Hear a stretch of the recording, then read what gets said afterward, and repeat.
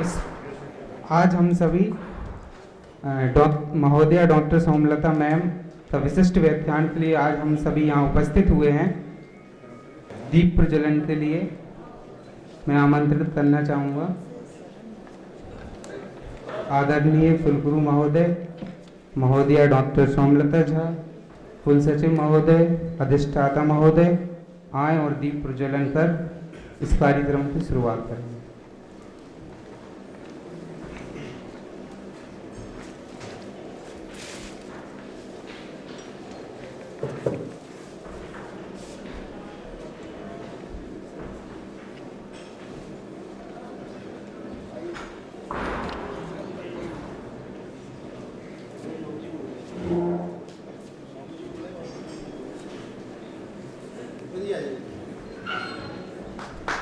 ओम भद्रं कर्णेभिः शृणुयाम देवा भद्रं पश्येमाक्षभिजत्राः स्थिरैरङ्गैस्तुष्ट्वागुंसस्तनूभिः व्यसेमहि देवहितं यदायुः।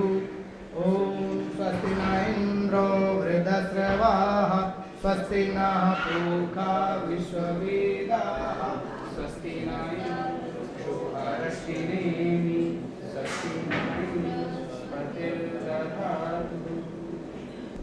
अतिथि स्वागत के लिए अतिथि स्वागत हम मंगलाचरण के माध्यम से सभी का स्वागत करेंगे, क्योंकि अतिथियों के अंदर एक देवत्व प्राप्त है, मतलब देवत्व की अनुभूति होती है। तो इसलिए हम सभी मंगलाचरण से सभी का स्वागत वंदन करेंगे। तो सभी योग एवं आयुर्वेद विभाग के सभी शोधार्थी एवं छात्र आ जाएं, उसके लिए फिर मंत्रों का उच्चारण के साथ सभी का स्वागत करेंगे।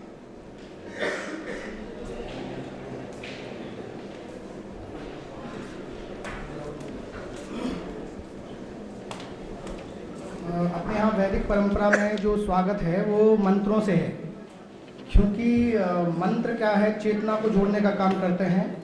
हम सब जब एक चेतना में होते हैं तो ज्ञान का जो बोध होता है, अकॉर्डिंग टू पतंजलि भी, तथा प्रत्यक्ष चेतना अधिगमो अप्यंतराया भावाश्य। तो अपने यहाँ परंपरा मंत्रों से स्वागत की है। तो पहले आरंभ करेंगे, फिर जो स्वागत होगा मंत्रों के मंगलाचरण के बाद। सभी लोग कमर सीधी कर लें, आंखें बंद कर लें।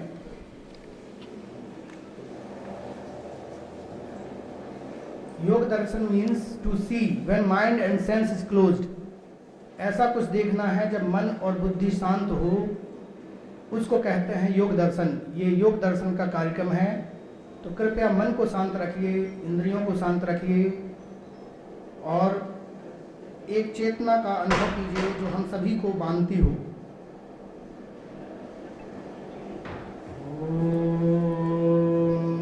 गुरुर्ब्रह्मा गुरुर्विष्णुः गुरुर्देवो महेश्वरः गुरुर्साक्षात् परब्रह्म तस्मै श्री गुरुवे नमः।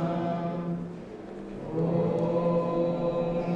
अखण्डमण्डलाकारं व्याप्तं येन चराचरं तत्पदं दर्शितं येन तस्मै श्री गुरुवे नमः। ओंकारं बिन्दुसंयुक्तं नित्यं ध्यायन्ति योगिनः कामिदं मोक्षिदं चैव। ओंकाराय नमो नमः। ॐ योगेन चित्तस्य पदेन वाचां मलं शरीरस्य चावैधतेन योपाकरोतं प्रवरं मुनीनां पतञ्जलिं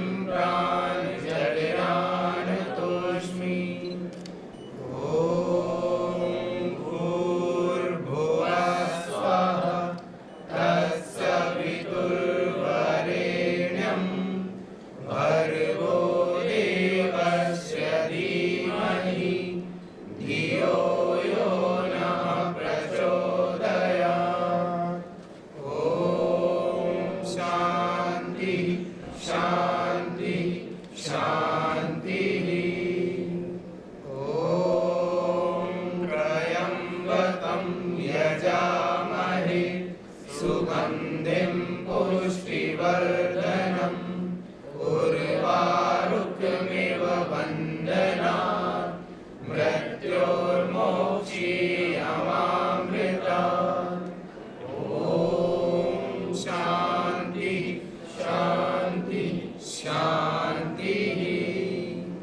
ॐ सहनावतु सहनो भुनक्तु सह वीर्यं कर्वावहै तेजस्विनावधीतमस्तु मा विद्विषावहै।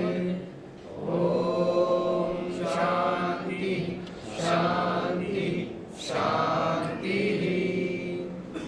ॐ सन्नो मित्रः संवरुणः सन्नो भवद्वर्यमा सन्नो इन्द्रो बृहस्पतिः सन्नो विष्णुरुक्रमः।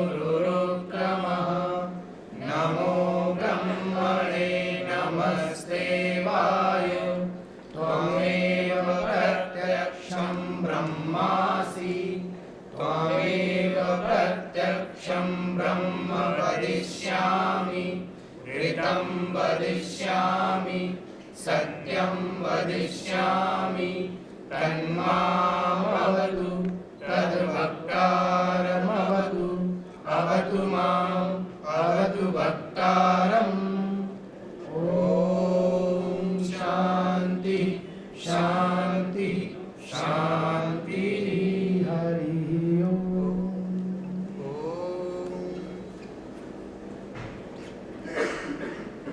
अब स्वागत के लिए सभी विद्यार्थी महोदय डॉक्टर सोमलता झा मैम तो स्वागत के लिए मैं बुलाना चाहूँगा योग एवं आयुर्वेद विभाग की शोधार्थी ममता चौधरी, वो आए और मैम का स्वागत।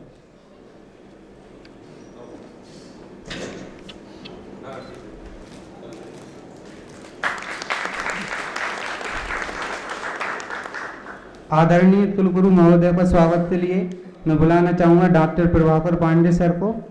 सर आएं और स्वागत करें सर को।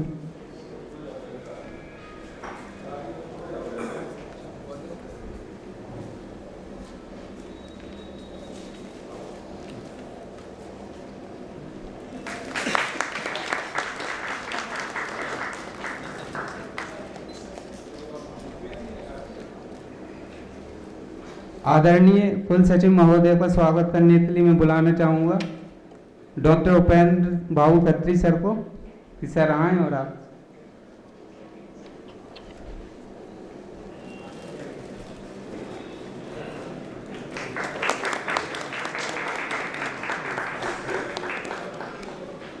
अधिष्ठाता महोदय के स्वागत के लिए मैं डॉक्टर संतोष प्रियदर्शी सर आएं और आपका स्वागत करें।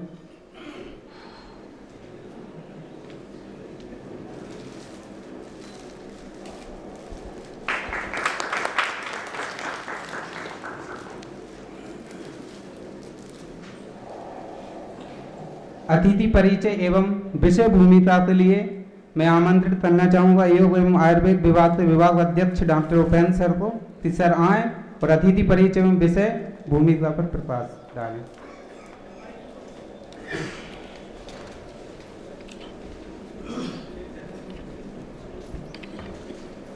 परम आदरणीय कुलगुरु महोदय, कुल सचिव महोदय, अधिष्ठाता महोदय और विशेष रूप से जो आज मुख्य आमंत्रित वक्ता के रूप में डॉक्टर सोमलता झा जी जो देहरादून से आए हैं। जॉली ग्रांट में एक हिमालयन इंस्टीट्यूट है, विश्वविद्यालय है, वहाँ से आप आए हैं। आप सभी का हार्दिक स्वागत है, अभिनंदन है, वंदन है। विषय भूमिका से पहले मैं परिचय और विषय भूमिका को दोनों को जोड़ूंगा। इसका कारण है कि जहाँ से महोदय आई हैं उसके संस्थापक स्वामी राम मूलतः जो है मिस्टीरियस रहस्यवादी योगी थे, लेकिन वैज्ञानिक पक्ष को कभी उन्होंने नकारा नहीं। वो इतने बड़े योगी थे कि कई बार उनके ऊपर शोध हुए, प्रयोग हुए, तो उन्होंने कई बार हार्ट बीट रोक के बताया, मेडिकल साइंस को चुनौती दी। संभवतः यदि कुछ करेक्शन हो तो मैडम जरूर जोड़िएगा, है ना। क्योंकि जब मैं पढ़ता था मास्टर डिग्री में तो स्वामी राम की जीवनी पढ़ता था, आप तो वहीं से हैं, और तो इसलिए मैं मैडम का परिचय देना चाहता हूँ। मैडम जो है ऐसे इंस्टीट्यूट से योग विज्ञान एवं समाज स्वास्थ्य विभाग की संस्थापक सदस्य हैं। जब वहाँ डिपार्टमेंट खुला तो मैडम के सानिध्य से ही वहाँ आरंभ हुआ है, और सहायक प्रोफेसर के रूप में कार्यरत हैं। इनके इससे पूर्व जम्मू विश्वविद्यालय में उन्होंने 5 वर्ष तक योग प्रशिक्षक के रूप में काम किया है। दिल्ली में योग चिकित्सक के रूप में उन्होंने 10 साल तक काम किया है। स्नातकोत्तर उपाधि बिहार योग भारती, जिसको बिहार स्कूल ऑफ योग के नाम से हम लोग जानते हैं, मुंगेर से आपने स्नातकोत्तर किया है। और उसके बारे में भी 1 मिनट इसलिए बोल दूंगा क्योंकि वो एकमात्र ऐसी परंपरा है जो कल के जो एक वक्तव्य था जिसमें ये कहा गया था कि एलोपैथी ही सबसे अच्छी पैथी है।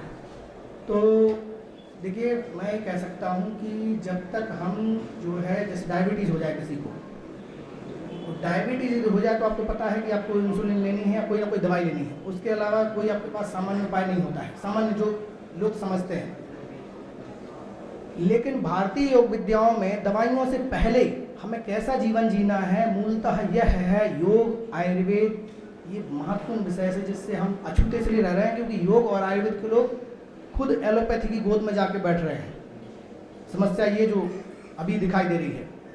और स्वामी राम या भारतीय मानस या योग परंपरा तो ये सोचती है कि यदि भेद आरंभ हो रहा है चित्त पर, इसका मतलब हमें समझ लेना चाहिए कि हम बीमार हो रहे हैं, आरंभ हो रहे हैं बीमार। यदि किसी के बारे में कोई दुष्विचार मन में आ रहा है तो अपना भारतीय मानस और योग मानस ही मानता है कि हमें सोचना शुरू कर देना चाहिए कि हमारी जीवन शैली गड़बड़ा रही है।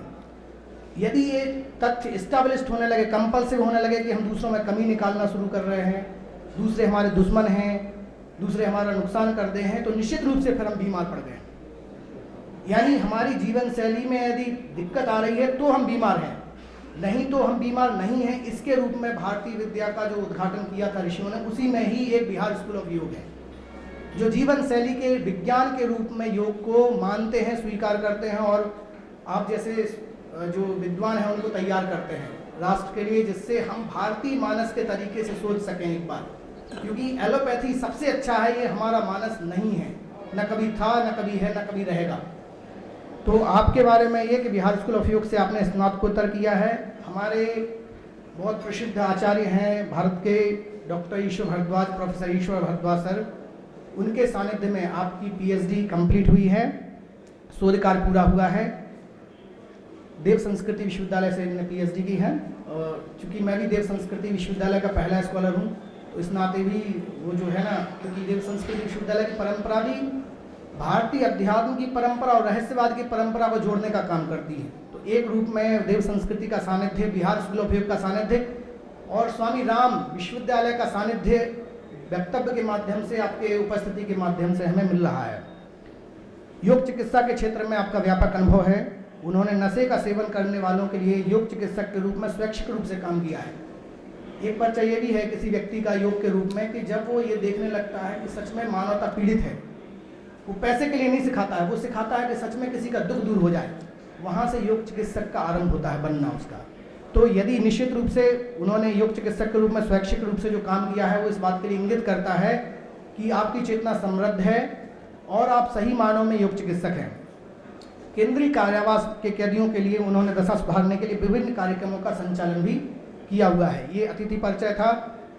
आज के विषय परिचय में ज़्यादा समय न लेते हुए हमने आपको बता दिया है कि 2 पक्ष भारतीय मानस के हैं कि जैसे डायबिटीज़ हो जाने के बाद हम दवाई निश्चित रूप से लेना चाहते हैं, ऐसे ही भाव, जब हम जन्म लेते हैं तो हमें एक भाव रूपी डायबिटीज़ स्वतः से ही मिली हुई है। यदि हमने जीवन शैली के रूप में नहीं अपनाया तो हमें दवाइयाँ लेनी पड़ेंगी निश्चित रूप से, क्योंकि हमें भाव, जैसे डायबिटीज़ मिल गई उपहार में, ऐसी भाव मिला है। ये योग मानता है कि ये जो मनुष्य योनि है, जन्म है मनुष्य का, वो दुखमय है। भगवान बुद्ध भी यही मानते हैं। तो यदि हमने इस विद्या को, योग विद्या को अपने जीवन शैली में शामिल किया है, तो निश्चित रूप से इस दुख के साथ भी, दुख में रहते हुए भी हम अपने जीवन को गुणवत्तापूर्ण बना सकते हैं, अपने जीवन को स्वस्थ रह सकते हैं, बना सकते हैं। और दूसरा पक्ष जो हमने बताया कि भेद, योग चिकित्सा का जो सबसे बड़ा आधार है समग्र चिकित्सा का, उसमें है कि अपने ही चेतना को आधार पर मान करके, अपनी चेतना को ही आधार मानकर हम तय कर लेते हैं कि हम बीमार हैं अथवा नहीं हो। बीमारी का एक ही लक्षण है कि हमें अपने अस्तित्व में लगातार कुछ अनकंफर्टनेस महसूस होती है, दूसरों से, व्यक्ति से, अपने कर्तव्य से। कई बार लोग सोचते हैं ज़्यादा काम करेंगे तो बीमार पड़ जाएंगे। कारण है उसका क्योंकि लोगों ने भारतीय मानस को नहीं समझा कि वो कर्तव्य का मतलब योग है। उस दृष्टिकोण से कोई कर्तव्य को नहीं करता, उस दृष्टिकोण से वो अपनी जीवन शैली को नहीं जीता है। इसलिए दोनों पक्षों को ध्यान में रखते हुए आज का जो विषय है वो है समग्र स्वास्थ्य के लिए योग। तो मैं ज़्यादा समय ना लेते हुए यहीं पर अपनी वाणी को विराम देता हूँ। आगे के लिए कोई धन्यवाद।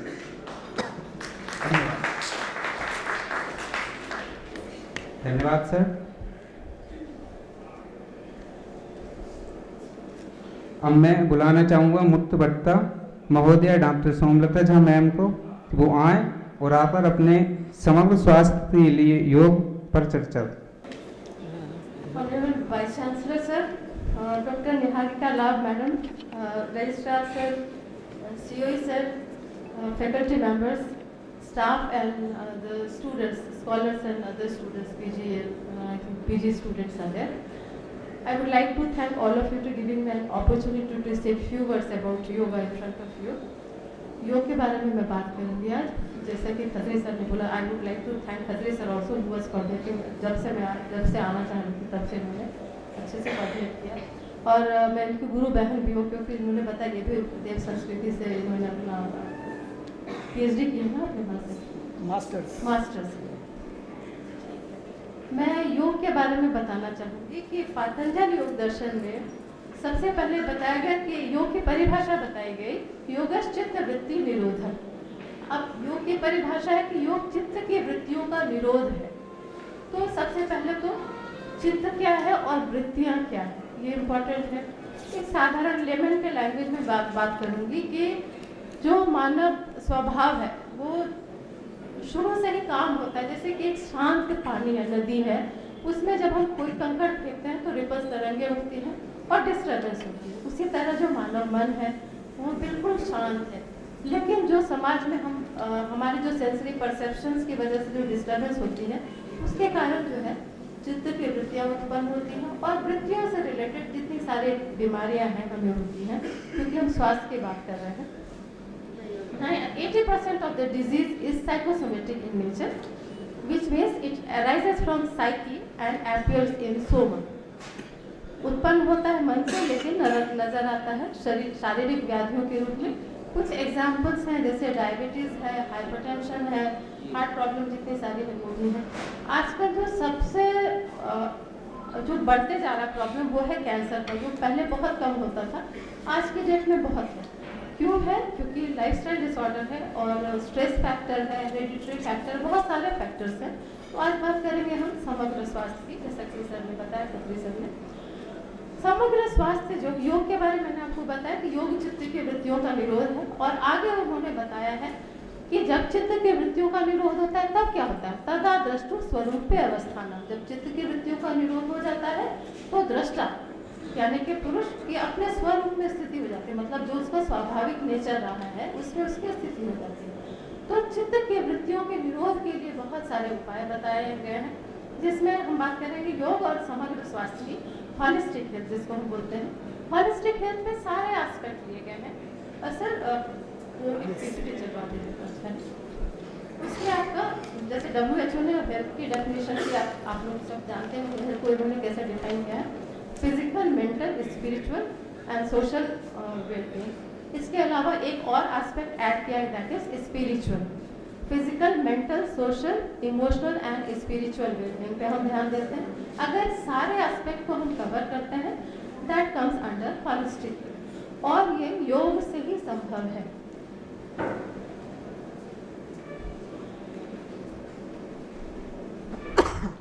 योग के अनुसार अगर हम स्वास्थ्य की बात करें तो अविद्या, इग्नोरेंस को अगर हम दूर करते हैं, क्योंकि जितनी भी प्रॉब्लम्स होती हैं that is because of the ignorance. अविद्या की वजह से इतनी सारी प्रॉब्लम्स हमें होती हैं। अगर हमें सत्य का ज्ञान हो कि हम क्या है, हमारा जीवन का उद्देश्य क्या है, जो योग है वो हमें कोहन से सोहम की ओर ले जाता है। योग का अगर हम ज्ञान हो, महर्षि पतंजलि ने बहुत सारे उपाय बताए हैं, जिसमें एक अष्टांग योग की भी चर्चा है। उन्होंने बताया है, अलग अलग एस्पेक्ट बताए हैं, यम, नियम, आसन, प्राणायाम, प्रत्याहार, धारणा, ध्यान और समाधि। ये 8 अंग बताए हैं जिसके द्वारा जो है हम चित्त की वृत्तियों का निरोध कर सकते हैं। इसके अलावा भी उन्होंने बहुत कुछ बताया है। मैं बात कर रहा हूँ यम की। 5 तरह के यम होते हैं: सत्य, अहिंसा, अस्तेय, ब्रह्मचर्य और अपवित्र। हम लोग अगर सिर्फ जो बेसिक चीज़ें हैं यम और नियम का अगर हम पालन करें तो भी हमें किसी तरह की प्रॉब्लम नहीं होगी। सबसे पहले हम बात करें सत्य की।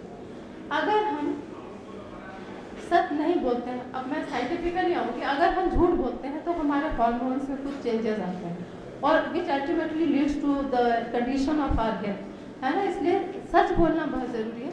मनसा, वाचा, कर्मणा, तीनों से। ऐसा नहीं कि सिर्फ मुंह से बोलो और हमें पता है कि हम झूठ बोल रहे हैं। तो अगर हम तीनों से सत्य का पालन करते हैं तो वो हमारे लिए बहुत इफेक्टिव होगा। तब जो है हमारे स्वास्थ्य के बिगड़ने की स्थिति आएगी ही नहीं। दूसरा है अहिंसा। किसी के प्रति बुरा भाव नहीं लाना, ये भी अहिंसा में आता है। ना ही कि फिजिकली आप किसी को हार्म पहुंचा रहे हैं, बल्कि हम मन से भी उसका अच्छा सोच रहे हैं। और अगर इसमें 3 चीज़ें आती है, एक तो आप खुद से गलत काम करते हैं, दूसरा आप करवाते हैं और तीसरा गलत काम करने में आप स्वीकृति देते हैं। तीनों चीज़ हार्मफुल है। इसलिए अगर हम तीनों का पालन करते हैं तो हम फिजिकली और मेंटली दोनों रूप से हेल्दी हैं। यम में 2 एस्पेक्ट मैंने बताया आपको। पहला है सत्य, दूसरा है आस्तेय। सत्य, अहिंसा बताया। आस्तेय तीसरा एस्पेक्ट। आस्तेय का मतलब होता है चोरी ना करना। बोलते हैं कि जब आस्तेय का आप पालन करते हैं तो छिपे हुए खजाने भी आपको पतंजलि योग दर्शन में बताया गया है कि आस्तेय प्रतिष्ठाया, उससे क्या होता है कि जो छिपे हुए खजाने हैं वो भी आपको दिखते हैं। इसका मतलब ये है कि अगर आपके मन में प्रवृत्ति नहीं है दूसरों की चीज़ें लेने की तो मेंटल इम्बैलेंस नहीं होगा, आपका मन जो है स्थिर रहेगा। क्योंकि जितना whatever you have you are contented with that, तो आप जो है मानसिक रूप से बिल्कुल बैलेंस रहेंगे। और चौथा एस्पेक्ट है ब्रह्मचर्य। ब्रह्मचर्य का 2 अर्थ, एक तो सेलिबेसी लगाते हैं, दूसरा होता है ब्रह्म में चलना, ब्रह्म का आचरण करना। तो अगर आप उसका पालन करते हैं तो फिर आप संतुलित जीवन जीते हैं। और लास्ट में है ईश्वर प्रणिधान, ईश्वर की शरणागति। आप अगर आपका खुद का एक्सपीरियंस भी होगा कि आप पूरा एफर्ट लगा लेते हैं, लेकिन जब आपसे कोई चीज़ नहीं सध पाता, संभव नहीं हो पाता, अगर आप अपने आप को कम्प्लीटली सरेंडर कर दें ईश्वर के प्रति, तो आप देखेंगे आपका वो काम बहुत इजीली हो जाता है। इसलिए ईश्वर के प्रति पूरा विश्वास बहुत इंपॉर्टेंट है कि आप ईश्वर के प्रति अपने आप को कम्प्लीटली सरेंडर करें। दूसरे हम बात करते हैं नियम की। नियम में आता है शौच, संतोष, तप, स्वाध्याय और ईश्वर प्रणिधान। इस स्लाइड में देख सकते हैं। हाँ, ये चल रहा है, इसको थोड़ा रिमूव करना है सर। जब हम शौच की बात करते हैं, अगर हम शौच मतलब फिजिकल एंड मेंटल क्लेंजिंग, अगर हम शौच की बात करते हैं तो शौच अगर हम प्रतिष्ठित कर लेते हैं, मतलब सफाई का अगर हम ध्यान देते हैं तो अपने शरीर के प्रति भी हमारी आसक्ति खत्म होती है, साथ में बाकियों के प्रति भी हमारी आसक्ति खत्म होती है। दूसरा है बस दिखना पड़ेगा। हाँ ठीक है, ऑडियंस को भी दिखना चाहिए।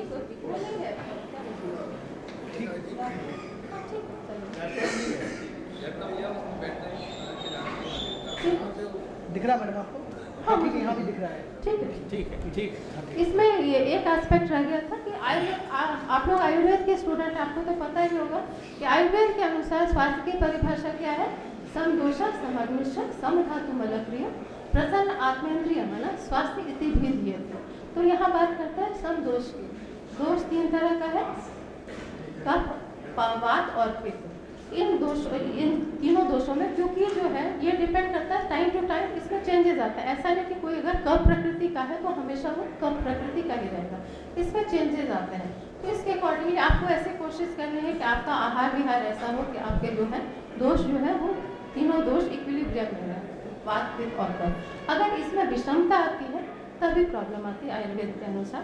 दूसरा है, हम धातु की बात करें, 7 धातुएं होती हैं, उसमें भी अगर जो इक्विलिब्रियम में डिस्टर्बेंस आता है उसके कारण भी शारीरिक व्याधियाँ उत्पन्न होती हैं। तीसरा है अग्नि। आयुर्वेद में 13 तरह की अग्नियों का जिक्र है। 5 भूताग्नि, पंच महाभूत तो आप जानते हैं, 5 भूताग्नि है और 7 धातु अग्नि है और 1 जठर अग्नि है। अगर इसमें प्रॉब्लम आती है तो भी हमारे स्वास्थ्य की कंडीशन जो है वो गड़बड़ होती है। उसके अलावा स्वस्थ कौन है? जिसकी इंद्रियां प्रसन्न है, मन प्रसन्न है और आत्मा प्रसन्न है, इस कंडीशन को हम बोलेंगे स्वस्थ अकॉर्डिंग टू आयुर्वेद। आयुर्वेद के आप ज़्यादा ज्ञाता हैं, मैं उतना नहीं जानती, मैं सिर्फ योग की बात करूँगी। तो योग में हम बात करते हैं कि अगर फिजिकली यम नियम की बात करें और फिजिकली हम अगर सारे यम नियम को फॉलो करते हैं, उसके बाद आता है आसन। आसन स्लाइड चेंज करें, स्लाइड चेंज करें, ठीक है।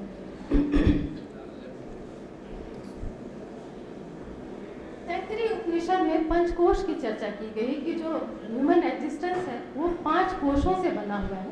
जब हम बात करेंगे जो शुरुआती कोश है दैट इज अन्नमय कोश, ये अन्न का बना हुआ है, ग्रॉस बॉडी।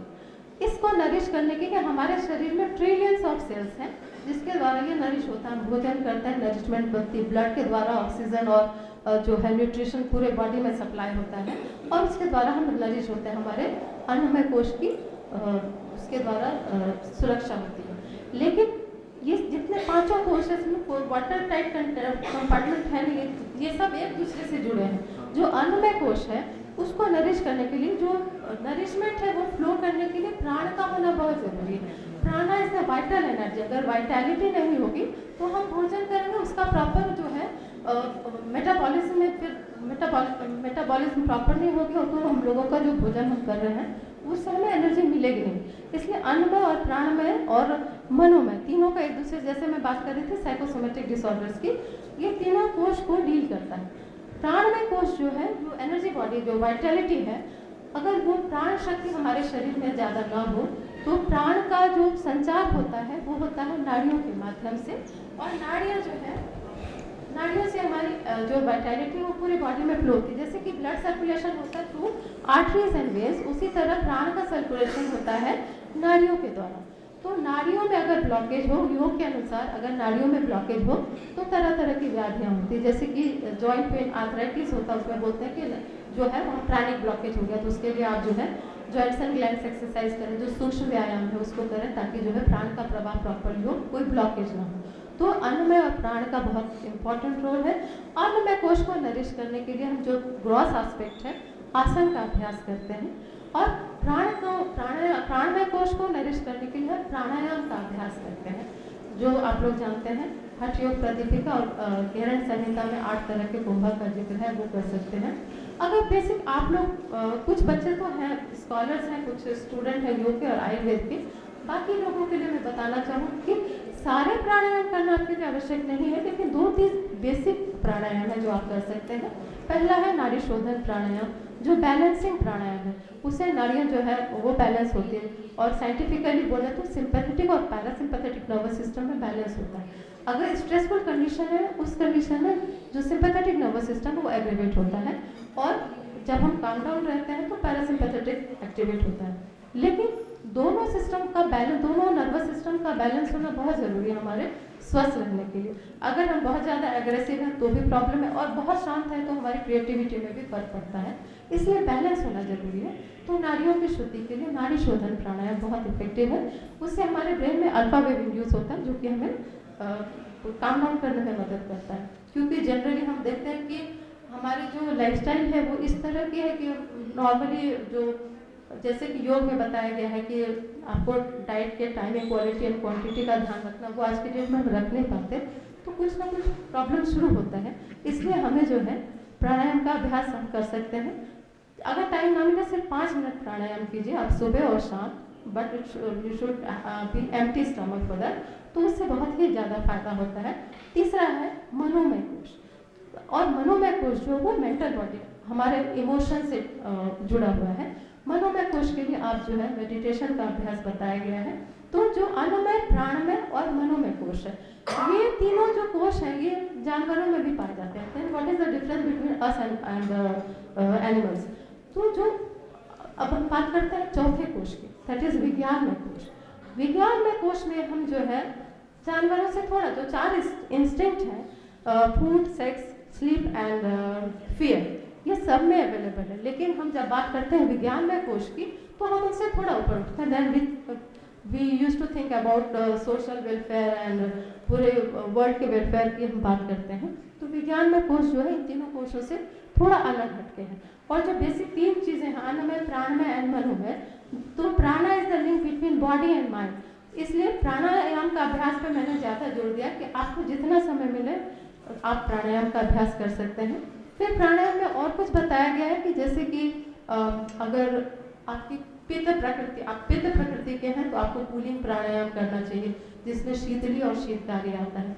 और अगर आप बहुत ही ज़्यादा शांत है, कफ प्रकृति के हैं, तो आपको हीटिंग प्राणायाम करना चाहिए, जिसमें आता है आपका भस्त्रिका प्राणायाम। और कपालभाति क्लेंजिंग टेक्निक है, but it also comes under heating pranayama. तो आप कपालभाति और भस्त्रिका का अभ्यास कर सकते हैं अगर आपकी प्रकृति कफ की है। और जो वात प्रकृति के उनको भी काम डाउन, उनको बेसिकली बैलेंसिंग जो नाड़ी शोधन प्राणायाम है वो करना चाहिए, और थोड़ा कूलिंग, दोनों का कॉम्बिनेशन करना चाहिए। उसके बाद हम बात करते हैं विज्ञानमय कोश की। तो विज्ञानमय कोश के लिए जो रिकमेंड किया गया वो किया गया है स्वाध्याय और ईश्वर प्रेरणा। स्वाध्याय मतलब अपने बारे में जानना, और दूसरा है कि जो स्क्रिप्चर्स हैं उसके बारे में पढ़ना। क्योंकि स्वाध्याय अगर हम करते हैं तो ये क्यूरियोसिटी जगती है कि हम, मेरा जन्म क्यों हुआ है, मेरे जीवन का पर्पस क्या है। तब हम जानते हैं the ultimate goal of human life is to get liberated. तब हम सोचते हैं लिबरेशन के बारे में। इसलिए विज्ञानमय कोश में बात की गई है स्वाध्याय की और ईश्वर शरणागति की, कि अपने आप को कम्प्लीटली, आप अपने ईगो को, बात करें सिर्फ ईगो की, अपने ईगो को कम्प्लीटली सरेंडर कर दें तो आप स्पिरिचुअलिटी की तरफ आगे बढ़ेंगे। लास्ट है आनंदमय कोश, जो एक कंडीशन है, ब्लिसफुल शीत है, उसमें करना कुछ नहीं। आपने अगर ये चारों नियम से फॉलो करें तो आनंदमय कोश की जागृति खुद ब खुद हो जाती है, और आप जो है स्व में, अपने आप में स्थित हो जाते हैं। क्योंकि उसके जो डायग्राम है उसके अंत में दिखाया गया आत्मा, तो आत्मा के ऊपर जो ये शरीर की जो कवरिंग है उसमें ये चारों कोश है, जिसका हम पालन कर सकते हैं। और धीरे धीरे इसके बाद हम धीरे धीरे अपने इवोल्यूशन की बात करेंगे। अब हमारे हेल्थ को जो डिस्टर्ब करते हैं वो 5 चीज़ें हैं, factors influencing health. First one is stress. अगर हम स्ट्रेसफुल कंडीशन में हैं तो जैसा कि मैंने आपको बताया हार्मोनल चेंजेस होते हैं, जिसके कारण बहुत सारे डिस्टर्बेंस होती है, बहुत सारी प्रॉब्लम्स होती है। हमारे आर्टरीज जो है वो कंस्ट्रिक्ट होते हैं, हाइपरटेंशन की प्रॉब्लम होती है, इंसुलिन का एसिमिलेशन प्रॉपर नहीं होता है, उसका सिक्रेशन नहीं हो पाता, डायबिटीज़ की प्रॉब्लम होती है, इंसोम्निया की प्रॉब्लम होती है। और दूसरा फैक्टर वो स्लीप है, स्ट्रेस से ही रिलेटेड स्लीप है। क्योंकि आजकल जो हमारी हेक्टिक लाइफस्टाइल है, हम लोग अपने शरीर के प्रति बिल्कुल भी अवेयर नहीं है, तो स्लीप डिस्टर्बेंस होती है। इसके लिए जो है योग में बताया गया कि आप त्राटक का अभ्यास करें। त्राटक का अभ्यास करने से 2 हार्मोन्स होते हैं, एक होता है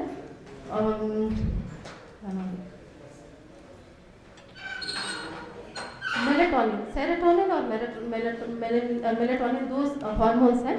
सेरोटोनिन जो है हमें जगने में मदद करता है, वेक साइकिल में मदद करता है, और जो मेलेटोनिन है वो स्लीप इंड्यूस करता है।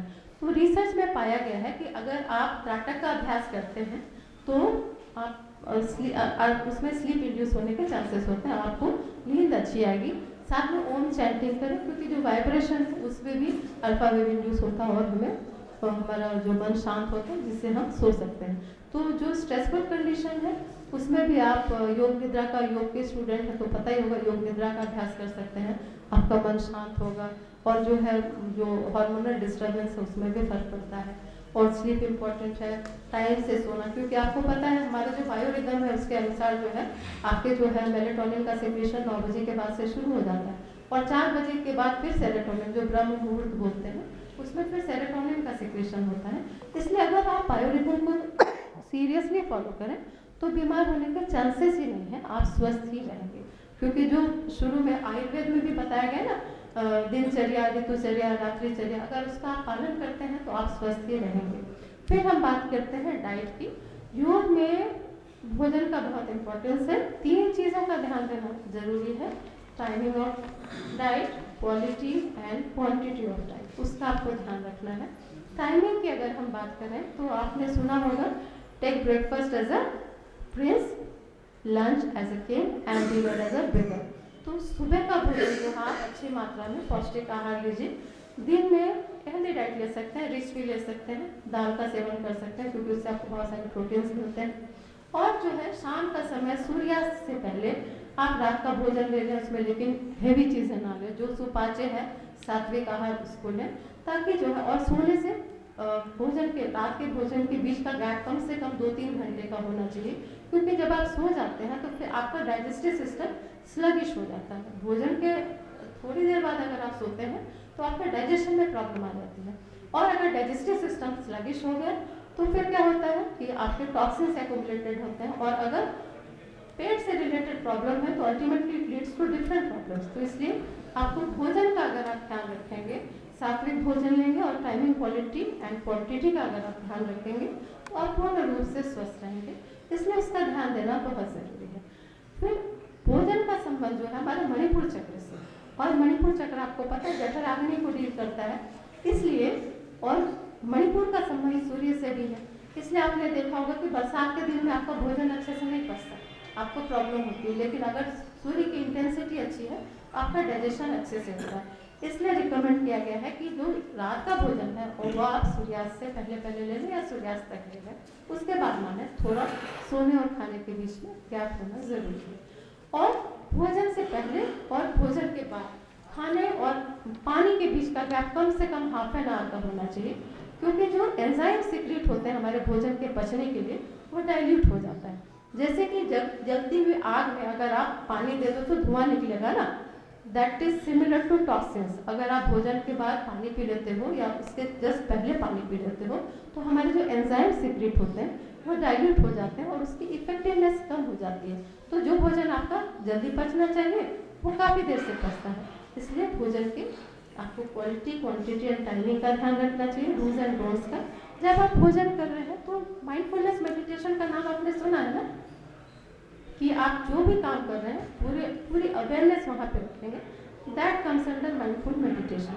तो जब आप भोजन करते हैं तो अच्छी तरह एक और को 32 बार चबा के उसके स्वाद को फील करके, डाइजेशन को जो ले रहे हैं कि भगवान के प्रति समर्पित करके, मंत्र चैंट करके ऐसे आप भोजन करें तो उसका जो है मैक्सिमम आपको बेनिफिट मिलेगा। क्योंकि हम जीने के लिए भोजन करते हैं, सिर्फ क्या बोलते हैं उसको, सिर्फ टेस्ट के लिए हम भोजन नहीं करते हैं। भोजन इसलिए करते हैं कि उससे हमें नरिशमेंट मिलती है, ताकि नरिशमेंट अगर प्रॉपरली मिलेगी तो हम बहुत एफिशिएंसी के साथ अपना काम कर सकते हैं, हमारी इफेक्टिवनेस जो है वो बढ़ेगी, है ना। तो इसलिए भोजन का बहुत इंपॉर्टेंट रोल है हमारे लाइफ में। Next comes lack of exercise. ये अगर हम वर्कआउट करते हैं तो आपको पता है कि जब हमारे जितने भी मसल्स हैं अगर वो उसकी फ्लेक्सिबिलिटी मेंटेन रहेगी तो जो ब्लड का सर्कुलेशन है वो प्रॉपर होगा। नहीं तो अगर हार्डनिंग ऑफ आर्टरीज होगी उससे बहुत सारे प्रॉब्लम्स होते हैं, ब्लड का फ्लो प्रॉपर नहीं होगा, ऑक्सीजन प्रॉपरली नहीं जाएगा। आपको पता है 20% of energy is consumed by our brain, और अगर हमारे पास प्रॉपर एनर्जी नहीं जाएगी, ऑक्सीजन का प्रॉपर ये नहीं हो पाएगा, सर्कुलेशन नहीं हो पाएगा, ब्रेन में नहीं जाएगा, तो हमारी वैसे ही जो है मेमोरी घटेगी, हमारी वर्क एफिशिएंसी कम होगी। इसलिए एक्सरसाइज भी बहुत ज़रूरी है। एक्सरसाइज से मेरा मतलब है आप योग का अभ्यास करें या जनरली ऐसे भी इवनिंग वॉक करें, मॉर्निंग वॉक करें और वर्कआउट करें, इससे आप जो है कम्प्लीटली स्वस्थ रहेंगे। और बात करेंगे क्योंकि एक फैक्टर यहाँ पर था कि एनवायरमेंटल फैक्टर भी था। एनवायरमेंटल फैक्टर की हम बात करें तो कोविड-19 के बाद से तो आप लोगों ने देख ही लिया कि environment plays a very important role in our health. तो इसलिए क्लीनलीनेस भी बहुत ज़रूरी है कि सिर्फ अपना ही नहीं, अपने जो अब प्रधानमंत्री जी ने जो स्वास्थ्य पखवाड़ा चलाया, जो सफाई की बात करते हैं, अगर आप ये मत देखिए कि दूसरों का कंट्रीब्यूशन क्या है। अगर आप शुरुआत अपने घर से करते हैं, सिर्फ एक इंसान का जो कंट्रीब्यूशन होता है वो बहुत होता है। इसलिए अगर सोसाइटी के हाइजीन में आपका इंपॉर्टेंट रोल है तो ultimately the society will be healthy, और आप तो हेल्दी होंगे ही। इसलिए क्लीनलीनेस का बहुत ध्यान देना जरूरी है। आप अपना साथ में सोसाइटी का भी क्लीनलीनेस का ध्यान दें। भोजन करते समय हाथ को प्रॉपर्ली सैनिटाइज करें, अपने जो भोजन को ऑफर करें भगवान को शुक्र क्या बोलते हैं ग्रैटिट्यूड करें कि मैं बहुत भाग्यवान हूँ कि मुझे भोजन की प्राप्ति हुई। तो ये सारी चीज़ें आप जब सरेंडर करते हैं तो बहुत फर्क पड़ता है आपके लाइफस्टाइल में और आपके हेल्थ में। Stress is an inevitable part of life, but chronic stress can have significant impact on health that can affect our cardiovascular system. इसमें दो चीज़ें इंपॉर्टेंट। अगर आप भोजन ऑयली स्पाइसी ज़्यादा खाते हैं तो कोलेस्ट्रॉल का डिपोजिशन होता है। हार्ट हमारा खुद एक ऑर्गन है और उसको नरिशमेंट के लिए जो है कोरोनरी आर्टरी द्वारा जो है नरिशमेंट मिलता है, जो भोजन करते हैं ऑक्सीजन मिलता है और न्यूट्रिशन मिलता है। लेकिन अगर हम भोजन अनहेल्दी करेंगे, जैसा कि मैंने आपको बताया सात्विक भोजन करें, लेकिन अगर हम ऑयली स्पाइसी भोजन करेंगे तो जो है आर्टरीज में वो कोलेस्ट्रॉल का डिपोजिशन होगा, आर्टरीज की ब्लॉकिंग होगी, जिसके कारण ब्लॉकेज ऑफ आर्टरीज की वजह से क्या है कि जितना नरिशमेंट डिफरेंट बॉडी पार्ट्स में पहुंचना चाहिए था वो नहीं पहुंचेगा, जिसके कारण कि हमारे डिफरेंट बॉडी पार्ट्स बीमार होंगे। तो हार्ट वर्क्स 24/7 है ना, 24 घंटा हमारा हार्ट काम करता है। उसके नरिशमेंट के लिए ज़रूरी है कि हम जो है भोजन का ध्यान रखें और साथ में प्राणायाम का अभ्यास करें, क्योंकि जब हम प्राणायाम का अभ्यास करते हैं तो व्हेन वी इनहेल डीपली तो जितने नीचे के एल्वेलाई हैं लंग्स के निचले हिस्से तक जो है ऑक्सीजन जाता है, maximum consumption of oxygen takes place. और आपको पता है कि लंग्स में जो है गैसेस एक्सचेंज होता है और जो है जो ब्लड प्योरीफाई होगा, और ब्लड ही एक माध्यम जिसके द्वारा न्यूट्रिशन हमारे डिफरेंट बॉडी पार्ट्स में जाता है, तो वो जो है बहुत इफेक्टिव होगा। इसलिए भोजन का ध्यान रखना जरूरी है।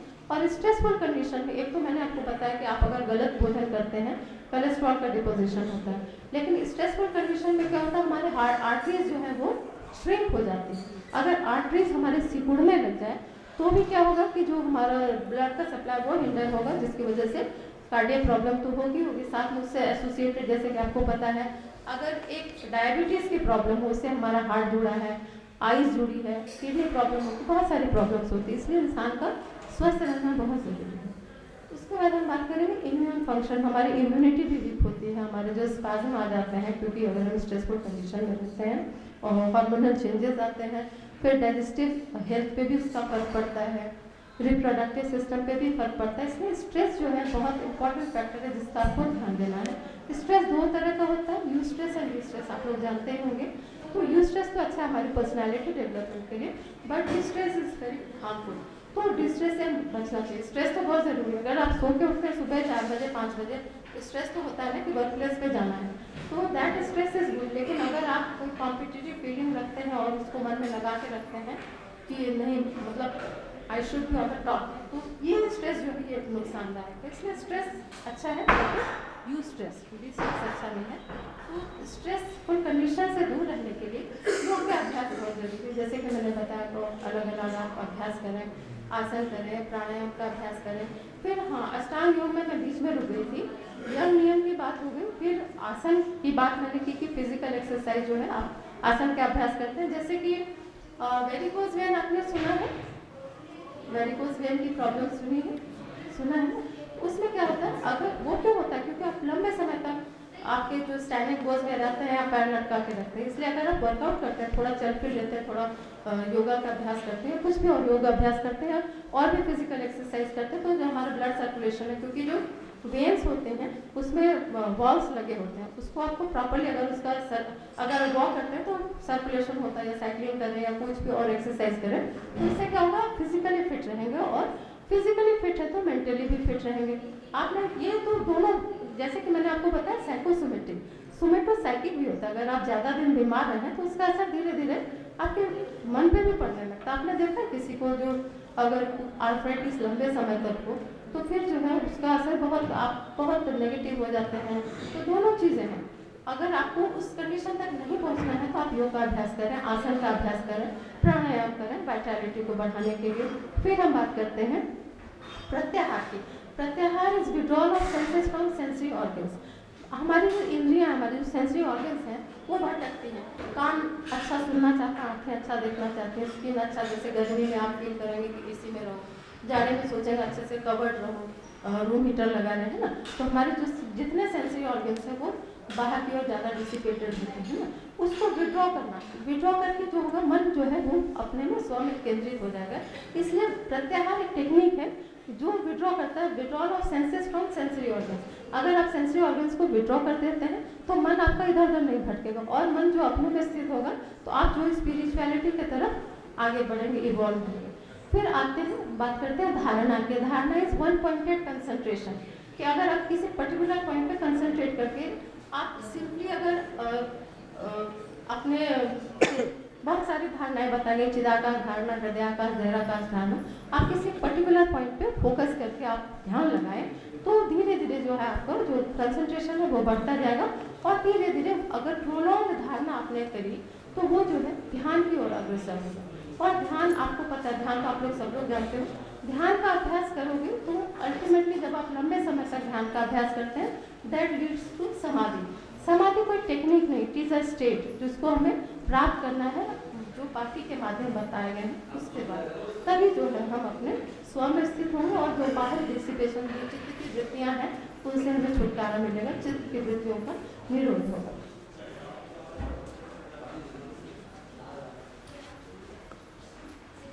जैसा कि मैंने आपको बताया था, स्लीप के लिए दो हार्मोन्स रिस्पॉन्सिबल है, सेरोटोनिन एंड मेलाटोनिन। मेलाटोनिन का सिक्रीशन जब होता है तो हम जो स्लीप इंड्यूस होता है। Sleep is a vital biological process that plays a critical role in maintaining good health. The body needs sleep to perform essential functions such as repairing tissues, consolidation and memories, and regulating hormones.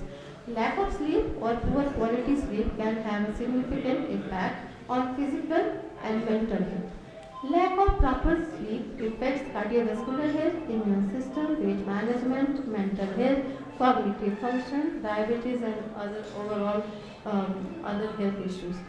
आपने देखा होगा कि अभी एक दिन अगर आप शादी ब्याह में भी जाते हो और आपकी स्लीप डिस्टर्ब होती है तो बाकी अगले दिन के सारे काम में आपको डिस्टर्बेंस फील होता है, आप 100% नहीं दे सकते। इसलिए sleep is very important factor. और स्लीप अगर आपकी डिस्टर्ब हुई तो आपका जो है इम्यून सिस्टम वीक होगा। इम्यूनिटी के लिए 3 फैक्टर्स बहुत इंपॉर्टेंट है। पहला है डाइट, दूसरा है एक्सरसाइज और तीसरा है स्लीप। इसलिए इन चीज़ों का ध्यान देना बहुत ज़रूरी है। और कोरोना के बाद आपको इम्यूनिटी के इम्पोर्टेंस तो समझ में आ ही गई होगी, इसलिए इन चीज़ों का ध्यान देना बहुत ज़रूरी है। ये मैंने आपको बता के दिया कि 3 चीज़ें जरूरी है। ये इसमें भगवद गीता में भी कहा गया है, युक्तः विहार से दस्ते कर्मसु स्वयुक्त स्वप्नाबोध से योगो भवति दुःखः। तो युक्त आहार विहार जरूरी, योग में भी बताया गया है, आयुर्वेद में भी बताया गया है कि आपके जो जिस तरह के दोष हैं उसके अकॉर्डिंगली आप भोजन में, तो भोजन का ध्यान देना बहुत ही आवश्यक है।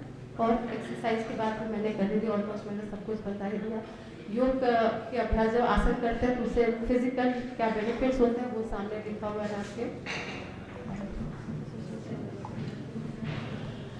फिजिकल एक्टिविटीज़ अगर हम करते हैं तो उससे क्या होता है, हमारी फ्लेक्सिबिलिटी इम्प्रूव होती है, स्ट्रेंथ बढ़ती है, बैलेंस बॉडी बैलेंसिंग एक्सरसाइज करते हैं उससे हमारा जो दोनों हेमिस्फीयर्स है उसमें बैलेंस आता है। And it helps in our respiratory system also, क्योंकि जब हम देखा होगा आपने एस्थमा के जो पेशेंट होते हैं उनको चेस्ट में उनका कंजेशन होता है, इसलिए उनके लिए रिकमेंडेड है कि वे हम लोग बैकवर्ड बेंडिंग आसन करें। जैसा कि खत्री जी ने बताया, मैंने वहाँ से MSc किया है जहाँ 15 डेज का हेल्थ मैनेजमेंट प्रोग्राम होता है। और मैंने अपनी आंखों से देखा जो एस्थमेटिक पेशेंट होते हैं उनको जो दमे का अटैक पड़ता था, अगर उस समय आप कुंजल का अभ्यास कर लें, जो ल्यूक सलाइन वाटर पी के जो वॉमिट करते हैं तो जो अटैक है वो रुक जाता है। इसलिए योग का अभ्यास बहुत इम्पोर्टेंट है, आप जितना कर सकते हैं। शॉर्टकट तो जनरली सबको उतना ज़रूरी नहीं, हर योग में कहा गया कि इसमें मेद ज़्यादा हो, कफ ज़्यादा हो, उसके लिए रिकमेंड किया गया शॉर्टकट। अदरवाइज जो भी आपसे रिलेटेड जो प्रॉब्लम है उसके अकॉर्डिंगली आप जो है योग का अभ्यास कर सकते हैं और अल्टीमेटली इससे आपको फ़ायदा ही होगा। फिजिकल एक्सरसाइज करने से आपका डाइजेस्टिव सिस्टम स्ट्रांग होगा। अगर डाइजेस्टिव सिस्टम स्ट्रांग होगा तो टॉक्सिन्स एक्यूमुलेटेड नहीं होंगे, तो आपको प्रॉब्लम नहीं होगी। बात करें मेंटल बैलेंस की तो स्ट्रेस का लेवल कम होता है जब आप वर्कआउट करते हो, योगाभ्यास करते हो। और साथ में स्लीप की क्वालिटी अच्छी होती है। जब आप ओम चैंटिंग करते हैं तो उसके वाइब्रेशन से भी फर्क पड़ता है, उससे भी इंसोम्निया की प्रॉब्लम सॉल्व होती है। It increases focus and concentration. जब आप बैलेंसिंग आसन करते हैं, आप कभी अकेले में बैलेंसिंग आसन करके देखना, ये आपके मेंटल स्टेटस को शो करता है। अगर आप बैलेंसिंग आसन थोड़ी देर होल्ड करके कर सकते हैं, that means you are mentally काम। अदरवाइज आप थोड़ी सी प्रॉब्लम है, you have to work for that. Next हम बात करेंगे कि it reduces anxiety and depression, क्योंकि आज के डेट में आम साधारण प्रॉब्लम है, तो इसलिए योग का अभ्यास करना आवश्यक है। आप जरूर करें योग का अभ्यास। और it increases self awareness. Self awareness जरूरी है। और बात करें किसी प्रॉब्लम की, तो सेल्फ एक्सेप्टेंस भी जरूरी है। अगर आप किसी चीज़ को एक्सेप्ट कर लेते हैं तो उस प्रॉब्लम से कोप अप करने में भी आपको बहुत मदद मिलती है। क्योंकि मैं जहाँ काम करती हूँ वहाँ एक कैंसर इंस्टीट्यूट है और हम लोग पैलिएटिव केयर के लिए भी काम करते हैं पेशेंट्स के लिए। तो बहुत फर्क पड़ता है कि अगर उनमें जो है, एक तो सेल्फ कॉन्फिडेंस बढ़ना ज़रूरी है, क्योंकि जो भी कंडीशन है उनको पता है कि स्टेज 2 तक तो क्योरेबल है। जनरली ऐसा होता है, 3 और 4 तो थोड़ा मुश्किल है। तो जो भी कंडीशन है उसको एक्सेप्ट करने में योग बहुत मदद करता है। साथ में पैलिएटिव केयर में योग का बड़ा इंपॉर्टेंट रोल है। हम लोग उनको प्राणायाम करवाते हैं, सिस्टमैटिक रिलैक्सेशन करवाते हैं, जिससे बहुत फर्क पड़ता है। तो मैं चाहूँगी अगर यहाँ पे योग के बच्चे हैं तो कुछ वो रिसर्च करें इस पर कि योग के अभ्यास से अलग अलग पैरामीटर्स में क्या क्या चेंजेस आते हैं, तो आप देखेंगे। और योग में एक चीज़ अभी हम लोग बहुत पिछड़े हुए हैं, वो ये है कि प्रॉपर डॉक्यूमेंटेशन नहीं है। रिसर्च तो बहुत सारे हुए हैं, लेकिन अभी जैसे मेडिकल साइंस वाले, एलोपैथ मेडिसिन वाले जो बोल पाते हैं कि इससे 100% इलाज है, लेकिन साथ में जो हमारे बायोमॉलिक्यूल्स है, अगर हम कोई मेडिसिन लेते हैं उसका असर तो पड़ता है। जैसे हम कोई जैसे कि पेन किलर ले रहे हैं, तो जनरली होता क्या है, जो न्यूरॉन्स हैं, एक न्यूरॉन दूसरे न्यूरॉन को मैसेज फॉरवर्ड करता है और वो जो है न्यूरोट्रांसमीटर्स को ब्लॉक कर देता है आगे बढ़ने में। तो ये परमानेंट सॉल्यूशन नहीं है। तो योग जो है रूट कॉज पे काम करता है कि अल्टीमेटली प्रॉब्लम शुरू कहाँ से है। और उसके अलावा योग हमारे एक्सेप्टेंस लाता है हमारे मन में। तो किसी भी सिचुएशन को कोप अप करने के लिए एक्सेप्टेंस बहुत ज़रूरी है। साथ में विल पावर, कॉन्फिडेंस बढ़ाता है, इसलिए योग का अभ्यास बहुत ज़रूरी है। अगर आप उसको रेगुलरली फॉलो करते हैं तो prevention is better than cure. तो आप प्रिवेंट कर रहे हैं, कोई बीमारी आपको होगी ही नहीं, इसलिए बेहतर है कि आप डे 1 से जितना पॉसिबल हो योग का अभ्यास कर सकते हैं। तो मैं दूसरे मेडिकल सिस्टम की मैं बुराई नहीं करी, लेकिन मैं ये बोलूँगी कि why not, if prevention is available we should prevent our condition of health, है ना। तो इसी के साथ मैं अपने वाणी को विराम दूंगी। Thank you so much. बहुत बहुत धन्यवाद मैम। आपने जो अभी हम सभी को बताया कि हमें स्वस्थ कैसे रहना है, बिना एलोपैथी के हमें स्वस्थ कैसे रहना है, जिसमें मैम ने बताया कि शारीरिक रूप से तो हमें आसन करना है, लेकिन मानसिक रूप से हमें योगस चित्त वृत्ति निरोध, उन वृत्तियों को निरोध करने के लिए यम नियम आसन प्राणायाम प्रत्याहार धारणा ध्यान समाधि के बारे में मैम ने बताया। और मैम हम इसे अपने जीवन में जरूर प्रयोग में लाएंगे, इसको अप्लाई जरूर करेंगे। बहुत बहुत धन्यवाद मैम। इसी के साथ मैं आमंत्रित करना चाहूँगा आदरणीय कुलगुरु महोदय को कि वो आए और आके अपना उद्बोधन। यौगिक सिस्टम पर आयोजित इस विशेष कार्यक्रम में व्याख्यान में उपस्थित डॉक्टर सुनीता जी, हमारे प्रिय कुल सचिव प्रोफेसर अलकेश चतुर्वेदी जी, हमारे अधिष्ठाता प्रोफेसर नवीन मेहता जी,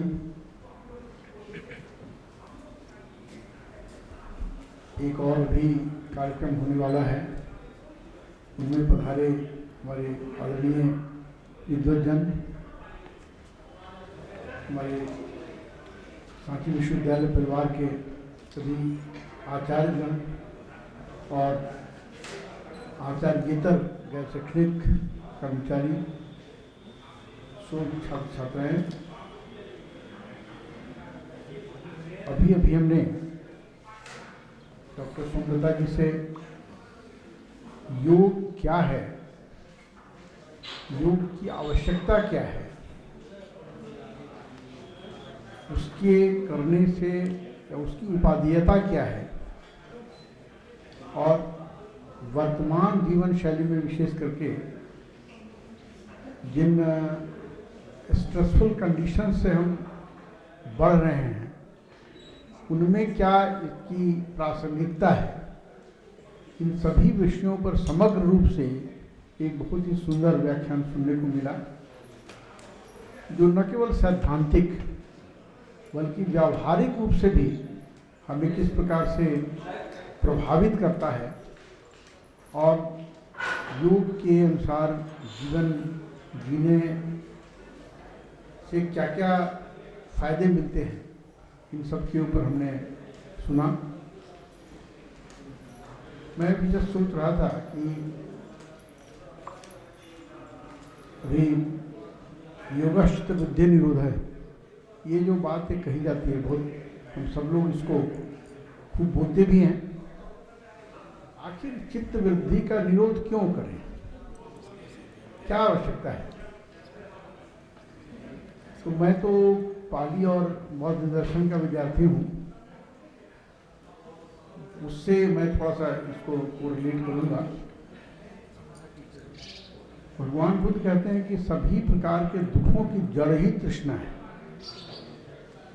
इच्छा, तरह तरह की तृष्णाएं, तरह तरह की इच्छाएं, तरह तरह की कामनाएं।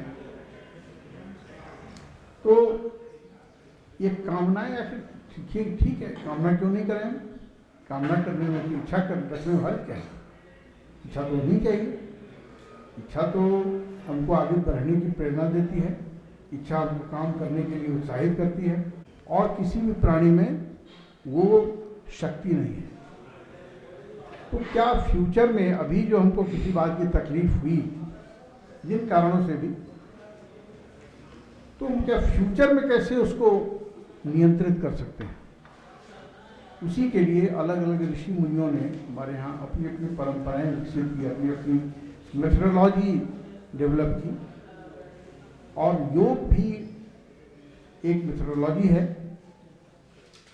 जो न केवल एक वर्तमान या अभी की परंपरा को बताता है, उस पर प्रकाश डालता है, बल्कि आगे की जो जीवन पद्धति हमारे आने वाले दिनों में है, उसको हम कैसे ठीक कर सकते हैं, उसको कैसे बेहतर बना सकते हैं, इसकी भी व्यवस्था करता है। तो कई बार जब योग की बात करते हैं तो कई बार लोग अक्सर ले लेते हैं, अच्छा हम योगा कर रहे हैं, योगा कर रहे हैं। अब योग से जब योगा हो गया है तब वो ज़्यादा प्रचलित हो गया, ज़्यादा एक्सेप्टेबल हो गया पूरे विश्व भर में। तो योगा करने में क्या करते हैं हम लोग? आसन करते हैं, कभी कहते हैं कि साउंड माइंड रिजाइड्स इन साउंड बॉडी, तो बॉडी को साउंड बनाने का प्रयास करते हैं। अभी मैडम ने बहुत सारी चीज़, भोजन कैसे करें, कब करें, कितना करें, हम जीवन जीने के लिए खाते हैं या खाने के लिए जीते हैं, ये दो पर्सपेक्टिव हैं। एक चारवाकीय पद्धति है, खाओ पियो मौज करो, खाने पीने को, भौतिक सुख सुविधा को, उसी को परम आनंद मानते हैं। और दूसरा के लिए भोजन केवल शरीर को का निर्वहन करने के लिए करते हैं, संतुलित बनाए रखने के लिए करते हैं। इस पर आपने बहुत अच्छा प्रकाश डाला, बहुत डिटेल में, तो मुझे उसमें बहुत नहीं जाना है, लेकिन चित्त कहीं कहीं जुड़ा हुआ है हमसे। वही चित्त का चांचल्य जो है हमारे मन को अस्थिर रखता है, और मन जितना अस्थिर होगा हम उतनी परेशानी में रहते हैं। इसलिए बॉडी को तो ठीक रखना आवश्यक है ही, लेकिन वो एक आरंभ है। उसके बाद स्थिति आती है चित्त को कैसे शांत करें, और उसके लिए नियंत्रण, अष्टांग योग की बात आपने कही, वो सब उन्हीं चित्त के प्रवृत्ति को निरोध करने के लिए है। उसको संतुलित, संयमित करके एक बहुत हाईएस्ट लेवल तक जाने की बात कहता है योग। तो आज आपने बहुत ही व्यावहारिक रूप से बातें, सैद्धांतिक बात तो आपने की कि व्यावहारिक रूप से कैसे उनको जीवन में उतारा जाए। और कुछ जो थोड़ा संकेत आया था, डॉक्टर उपेंद्र खत्री जी ने बात की थी कल के व्याख्यान को लेकर के भी, और आमतौर पर भी कही जाती है, हम कल ही की बात क्यों करें, आमतौर पर कही जाती हैं। चिकित्सा की बहुत सारी पद्धतियां हैं और हर पद्धति की अपनी कुछ खूबी भी है और कुछ खामी भी है। तो कोई अथॉरिटेटिवली अगर हम कहें कि आई एम द बेस्ट, ये को उर्दू में कुछ शेर कहा गया है कि मुझे उर्दू आती नहीं है, लेकिन वो कहा कि मेरी मोहब्बत लाख मोहब्बत, तेरी मोहब्बत खास मोहब्बत।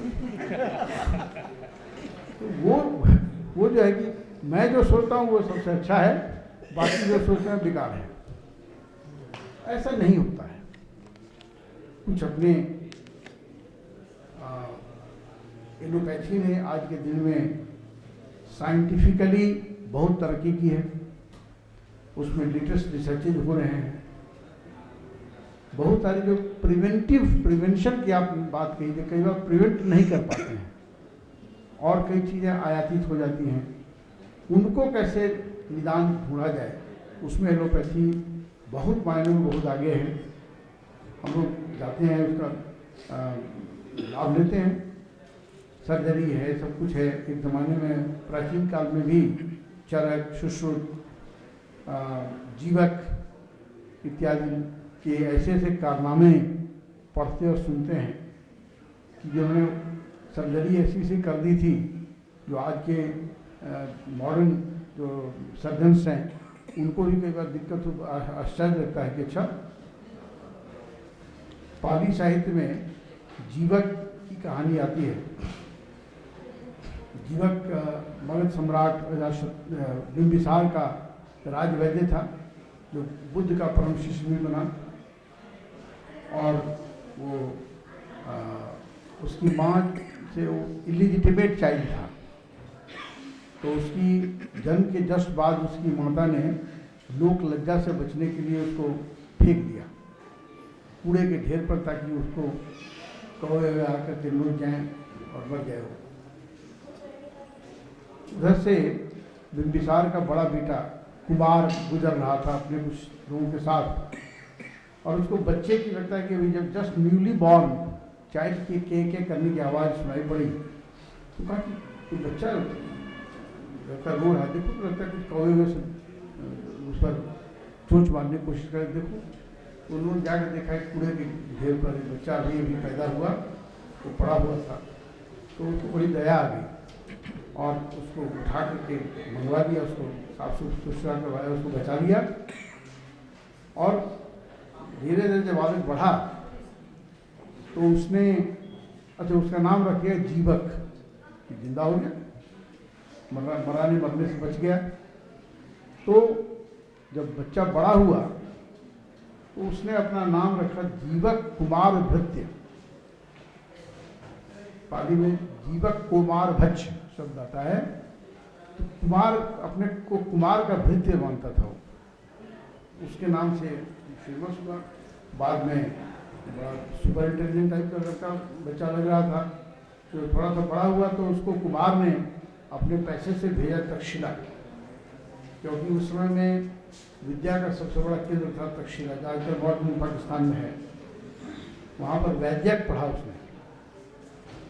और हम जानते हैं कि हमारी प्राचीन परंपरा में जब गुरु जी के पास रह करके आश्रम में पढ़ते थे बच्चे, तो विद्या पूर्ण हो जाती, शिक्षा पूर्ण हो जाती थी।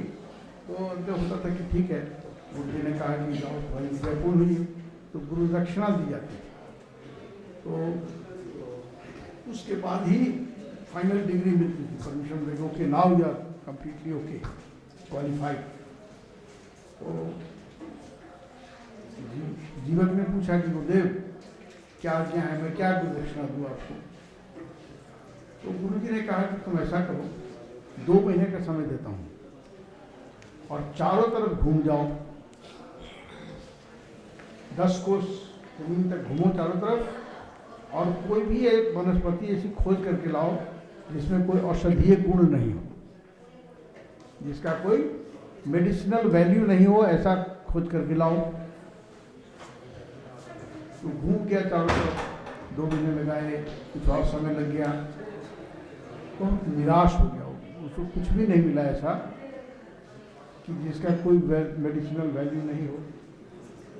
तो वापस आया निराश होकर, अब तो गुरुजी मुझे डिक्लेयर कर देंगे तुम यू आर नॉट क्वालिफाइड।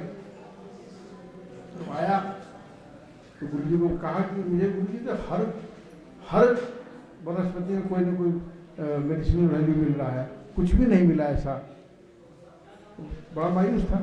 तो गुरु ने कहा कि यही तुम्हारी गुरुदक्षिणा है, अब तुम पारंगत हो गए, you are very qualified, now you can go back to Magadha. तो पूछा कि ठीक है, मगध कहाँ, पाकिस्तान और कहाँ मगध का राजगृह बिहार में, कैसे जाऊंगा मैं, कैसे रास्ता इतना 2-3 हज़ार किलोमीटर का रास्ता है, ये पूरा कैसे होगा, तो कैसे खाऊंगा मैं, क्या बोले तुम्हें कोई दिक्कत नहीं होगी, तुमने अर्थकरी विद्या पाई है, ये विद्या तुमको कभी भी स्टार्वेशन फेस नहीं करने देगी। और वो चला, और उसके ऐसे ऐसे कारनामे हैं कि कई जगह उसने चिकित्सा की, कई जगह सर्जरी की, और करते करते जब पहुंचा तो इतना कुछ उसको मिल गया कि उसने बिंबिसार को सौंप दिया, कहा कि महाराज ये आपका है।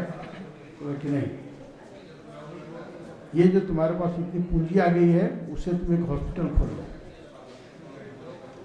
और you dedicate your life in the service of human kind. और उसने फिर चिकित्सा की, अपना हॉस्पिटल खोला। बाद में राजशत्रु को जब राजा बना, बाप को हटा कर कैद करके तो उसका भी राज्य बना। इस बीच में बुद्ध का शिष्य बना, परम शिष्य बन गया। और इसी तरीके से जीवक के साथ सुश्रुत की, चरक की और अन्य ये जो 2-4 जो चुनिंदा नाम है उनकी बात हम पढ़ते हैं। इनके अलावा भी जो छोटे मोटे ही गुरु चिकित्सक रहे होंगे, उसमें कोई एलोपैथी नहीं थी। एलोपैथिक माध्यम से कोई सर्जरी नहीं होती थी। लेकिन क्या कुछ था। महर्षि च्यवन की बात हम पढ़ते हैं कि कैसे वृद्धावस्था को युवावस्था में रिवर्ट कैसे किया जा सकता है। तो बहुत तरह के उदाहरण हैं हमारे पास। और कई बार हमारी चूँकि अपनी इंद्रियां बहुत ही लिमिटेड हैं, हमारा ज्ञान लिमिटेड है, तो कई बार हम कुछ बात को मानते ही नहीं, अरे कैसे हो सकता है, इसे तो मिथ है। तो कई बार ऐसा होता है कि मुझे नहीं, ऐसा नहीं हो सकता है। एक बार मैं PhD कर रहा था दिल्ली यूनिवर्सिटी में, तो उसमें बुद्धिज्म पर कोई लेक्चर हुआ, तो वहाँ पर एक दिव्य स्रोत की बात आती है, डिवाइन ईयर। तो हमारे एक कॉमरेड भाई थे, कहा नहीं हाउ इज पॉसिबल। तो मैंने एक काउंटर क्वेश्चन किया उनको। Neil Armstrong was the first person to land on the moon in 1969। तो मैंने कहा तुमने देखा उसको उतरते हुए? नील आर्मस्ट्रॉन्ग पहली बार मून पर लैंड किया, इस बात को तुमने देखा था उतरते हुए? नहीं। Then why do you accept it? और मैं तो बोलता हूँ कि अमेरिका ने एक स्टूडियो में बना लिया होगा इस तरह का और बोल रहा है, सब झूठ का प्रचार कर रहा है। तुम्हारी इतनी, हमारा कान जो है ना, उससे जो 5 फीट या 10 फीट दूरी पर कोई बात करे वो भी तुमको सुनाई नहीं पड़ता है, तो तुम क्या समझोगे बहुत सारी चीज। तो ये जो हमारी प्राचीन पद्धतियाँ हैं, उनमें बहुत सारी ऐसी चीज़ें हैं। हमारा 12वीं 13वीं शताब्दी का विमानन शास्त्र है। कोई अंग्रेज इसमें पता नहीं नंगे घूमते थे या कैसे घूमते थे यूरोप वाले। कि हमारे विमानन शास्त्र था जिसमें कि वही फार्मूला, बाद में किताब हाथ लगी और ले गए वापस दोनों के, और अपने उसी फार्मूले पर उन्होंने उसको एरोसाइंस को और सब चीज़ को डेवलप किया और आविष्कार वहाँ का हो गया। तो हमारे यहाँ अपनी पद्धतियाँ में बहुत सारी ऐसी चीज़ें थी। मैं थोड़ा सा विषयांतर हो रहा है, लेकिन हम अपनी चीज़ों को जहाँ पर कि रिसर्च की कमी है उसको हम कैसे दूर कर सकते हैं, ये एक अलग विषय है, लेकिन just to simply condemn ourselves, that shows the ignorance on our part कि नहीं, ये तो मैं जो कह रहा हूँ वही सब कुछ सही है, जो मुझे जानकारी है वो सब ठीक है, और जो नहीं जानकारी है सब झूठ है। तो ये जो हट होता है बहुत जगह होता है, ऐसा कुछ नहीं है। कई बार हो सकता है हम भी कुछ जरूरत से ज़्यादा एग्जैजरेट करके बोलें।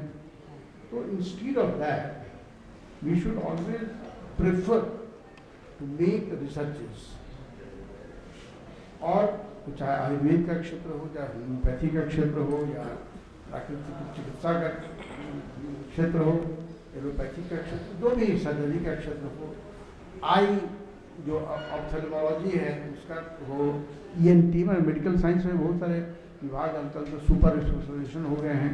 पहले एक समय जनरल सर्जन होते थे, एक जो सर्जन जनरल सर्जन, अब जो है सो हार्ट का सर्जन अलग होता है, आईज का सर्जन अलग होता है, ENT का सर्जन अलग होता है। तो सुपर स्पेशलाइजेशन का समय आ गया है, और भी इससे आगे आगे पता नहीं कितने कितने आगे साइंस बढ़ेगा। तो उसमें जो हमारा अपना जो शास्त्र है, प्राकृतिक चिकित्सा या योग, आयुर्वेद, इनको भी ज़रूरत है अपने को और अपडेट करने की, और सतत हम भी कहीं पर दुराग्रह में नहीं फंसे, बल्कि इसको, और हम लोग कई बार फंसते भी नहीं हैं। We accept, we acknowledge that research is accomplished by others। तो हम लोग पॉजिटिव हैं, let us remain positive, let us remain acceptive and receptive, let us praise others, and at the same time we should also make progress methodologically, जो ज़्यादा convincing हो, क्योंकि modern mind जो है वो कई बार तर्कों को और कभी कभी कुतर्कों को भी परसत देता है। तो उन कुतर्कों को भी हम कैसे शांत कर सकें। अब एक कोई मन में ऐसा हट लगेगा कि नहीं आप कुछ भी कहेंगे नहीं मानूंगा, तब तो ऐसे लोगों का कोई इलाज नहीं है। हम लोग बिहार, मैं बिहार का हूँ, तो हम लोग एक बोलते हैं उसको थेथोरोलॉजी। थेथोरोलॉजी एक शब्द है, वहाँ चलता है कि मैं उसका वैसे ही कितना भी तो जब मैं नहीं मानता, तो उसको हम लोग थेथोरोलॉजी बोलते हैं कोलोकियल उसमें।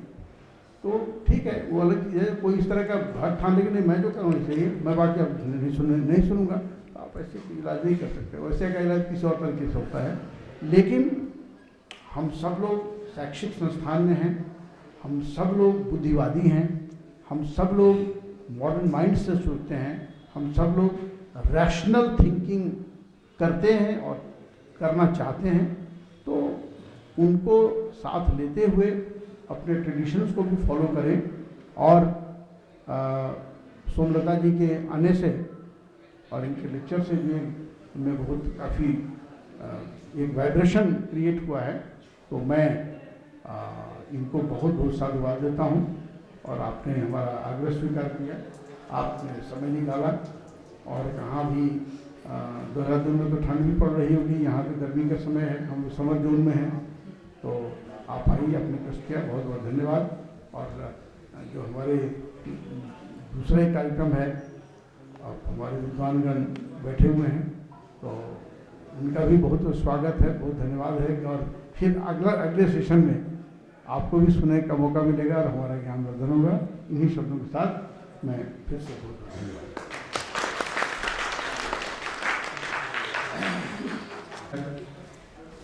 मैं बुलाना चाहूँगा आभार व्यक्त करने के लिए योग एवं आयुर्वेद विभाग के सहायक प्राध्यापक डॉक्टर श्याम गणपत के सर को, इसे आएँ और आपके आभार व्यक्त करें। सर्वभ्यो नमो नमः।